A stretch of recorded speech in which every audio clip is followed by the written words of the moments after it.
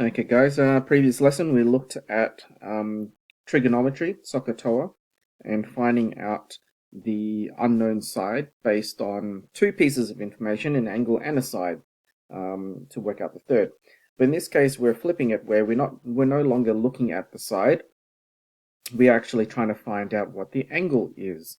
Okay, and I guess I've always shared with you that if you know how to go one way, to go the other direction, you go backwards.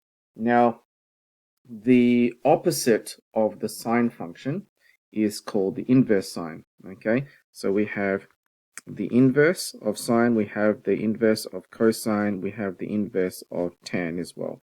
And these are found on your calculator.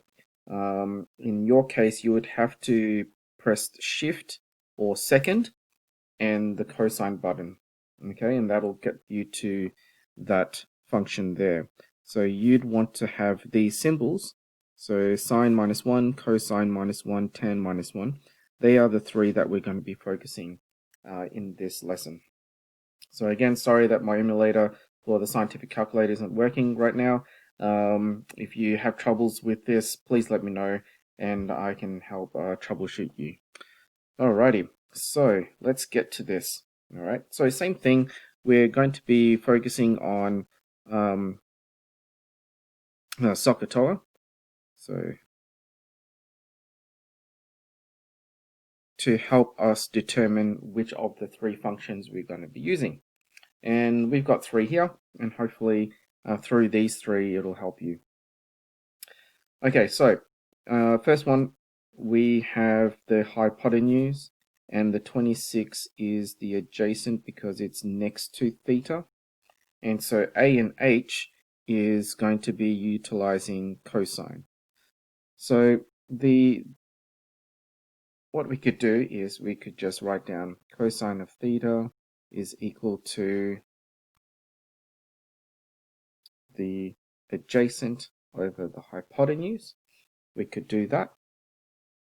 But simply enough, we want to write out that theta is the inverse cosine of the adjacent over the hypotenuse. And in this case here, the adjacent over the hypotenuse, we've got 26 divided by 28.95. Okay, so let's populate that into the calculator, where we're going to have the inverse of 26 divided by 28.95. Don't forget to close your brackets and hit enter. And what we end up having is that theta is equal to, let's round it off to the nearest whole degree, 26 degrees. Okay, so let's look at another example. Let's look at this orange one here.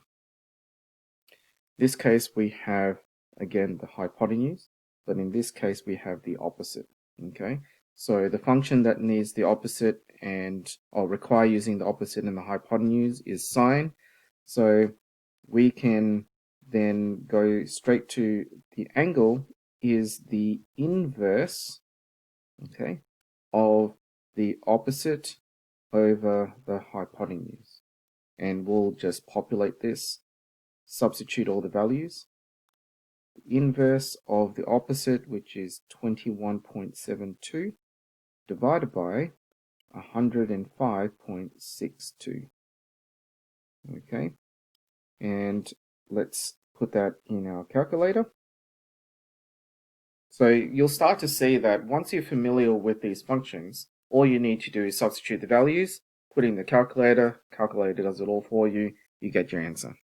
So we want the inverse of sine this time, 21.72 divided by 105.62, close your brackets, hit enter, and then we find out the angle is, and we'll just round it off to the nearest whole degree, we'll make it rounded up to 12 degrees.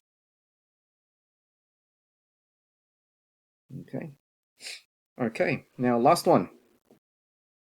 We have the opposite and we have the adjacent. And the function that requires using the opposite and the adjacent is tan. So we're going to have theta, that angle that we want to work out, is the inverse of tan.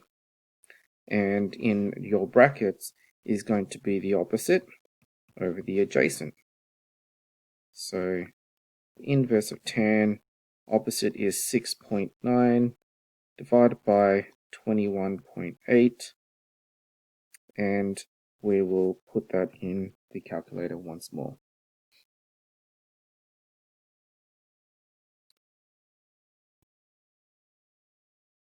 Okay, so inverse of tan, and we have 6.9 divided by 21.8, close brackets, hit enter.